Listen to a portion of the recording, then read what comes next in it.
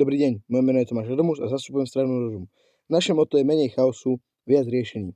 Ako prvú vec, čo by som poriešil, je Mariana Janová, taktiež známa ako Mary Jane, weed, cannabis, tráva, marihuana. Marihuana je povolená v 25 štátov. S mojou politickou stranou to bude 26. Marihuana by samozrejme nemala byť normalizovaná. Urobil by som to niečo ako Kratom v Českej republike, kde musíš najskôr zobrať občiansky, nájsť obchod, kde sa to môže kúpiť a povolené je len nejaké množstvo. A presne preto, aby si kúpil marihuanu, musíš zobrať občiansky, samozrejme mať 18 rokov, nájsť si na internete obchod, kde je povolené to predávať a najvyššia povolená dávka je 10 gramov. Školstvo. Povolil by som telefóny. Nie preto, že som v 8. ročníku a chcem pozerať TikTok počas dňa, ale kvôli tomu, že máme zakázané nosiť mobily aj vo vrecku, čo je proste blbosť.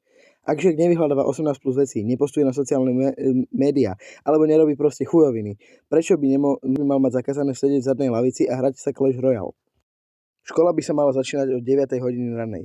Len z toho princípu, že ak sa niekto zobudí o 6:30, aby stihol školu a ako si má napísať test matiky. Zväčšil by som plat učiteľov, pretože vzdelanie je dosť dôležité. Sociálne siete. Na každej jednej sociálnej sieti si dieťa bude musieť overiť, že má 13 rokov. Ak 13 rokov nemá, nemôže postovať komentáre, videá a ani nič podobné.